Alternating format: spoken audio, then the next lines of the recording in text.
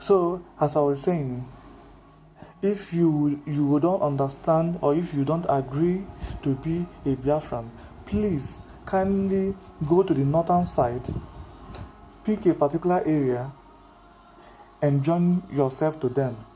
It wouldn't take you much time to convert to Islam. Their prayer do not last more than 50 seconds. You're automatically a Muslim. And if you think being a Yoruba man or a woman will favor you, please go there. And once you live there a couple of years, you are one of them. Because I hear their language is still equally easy to learn. But for God to punish you, you come on YouTube to open your dirty mouth to say any silly things about Igbos or Biafrans. Chukwu Okike Obiama will twist that mouth, whether you be a woman or a man, whether you be old or young. For our fathers have suffered and sacrificed in the past for us to have a better life. Yet these people do not want to give us the chance. Haven't you asked yourself if these people have ruled for over 60 years and no changes? Well, haven't you asked yourself that an Igbo man that will rule once might bring a great change to Nigeria? Because they have a vast mind. They have a business mind. What made you think that Americans left Hillary Clinton to elect Donald Trump? Because they know Donald Trump has a vast mind. He has a business mind. And all those fake Igbo men and women that call themselves Igbo, that have mingled themselves with Hausa and Yoruba, that are not really Igbos, will come out on YouTube to say trash. We are not begging people to be Igbos. We are peculiar people. We are special. We know ourselves. I will repeat one word I have used over and over and over, and God bear me witness. I said I would have loved to be a white man. There's no two ways about it. But now I have seen myself as a black. I wouldn't be more proud as a black than being an Igbo man. I would have committed suicide if God would have placed me a black man at the same time have find me another tribe that is not Igbo. I have said it over and over. All my friends know me for this. If you ask them, they will repeat such word over and over. I have said it to them over and over.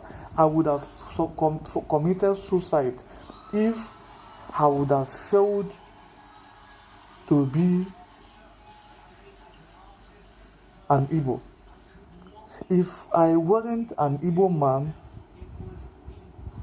and at the same time I am a black man, I would have killed myself.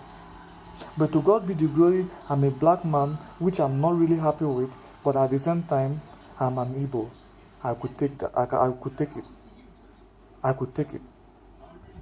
Why? Because Igbos are special. There is no black tribe or black people anywhere in the world that could outsmart an Igbo man. Take it that I said it. That could outsmart an Igbo man. Not in educational aspect, not in business aspect, not in psychological aspect, not in any aspect. No black man, no black skin can outsmart an Igbo man. So why won't I be proud of who I am? So I say again, for all those fake Igbos, men and women that come on YouTube to say irrelevant things about Igbos, please gently move yourself to the north or to the west. Let us remain as we are and fight for what we are fighting for. Whether it comes by peace, we are happy. Whether it's gone by the other way around, we are happy. As long as the freedom is there for us to look at each other in the eyes and call ourselves Biafrans, we are okay. And if Nigeria will choose to keep this country as Nigeria, then they must make sure that Igbos will benefit 60% and other tribes will go and do away with 40%. Enough is enough. Enough is enough. That is what I want to say. And I believe I have made my point very clear. And these words are the words I have in mind, and these words have been voiced out, and I'm so happy I've voiced it out. For those of you that believe in what I say, it's up to you. For those of you that do not believe in what I say, it's up to you. But what I know, the truth that have lived inside me for a long time, is what I have just voiced out, and I'm so happy to do it. I wish all Igbos, everywhere they are, Africa, in outside Africa, in Nigeria, in outside Nigeria, I wish them life, I wish them prosperity, I wish them luck, and I wish that they come together as one to shame the world. We are already doing it, and we can do it.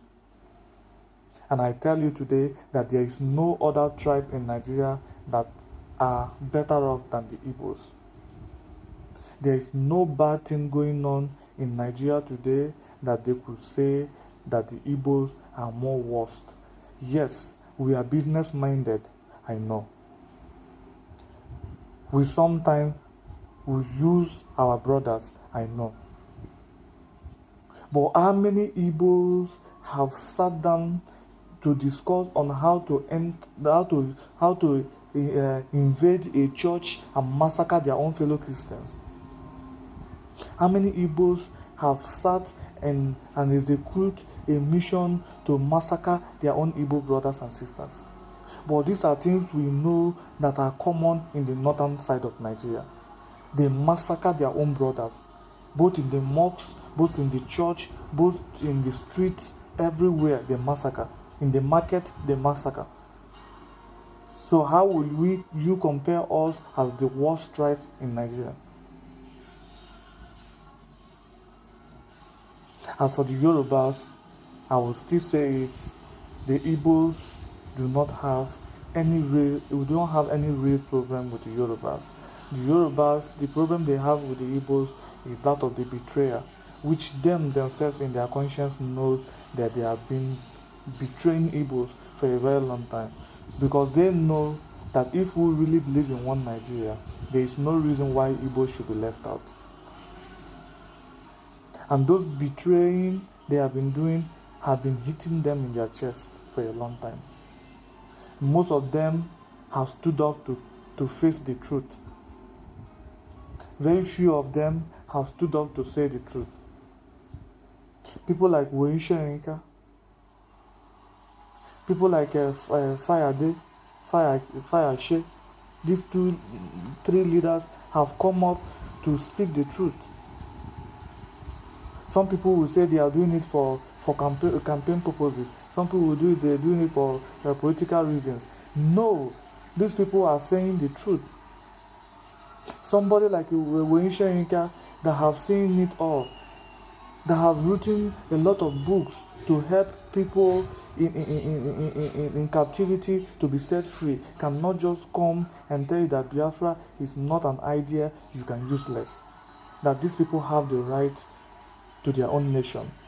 But if you have a way of making them feel belong, make them feel belonged, and everything will be fine.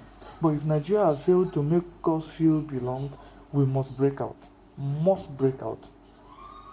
That is my stand, and this is what I stand in. I am a proud Igbo man, and I'll always remain a proud Igbo man. And I thank God for the life of my Igbo brothers and sisters worldwide, and I pray that God bless you all. In Jesus' name, amen.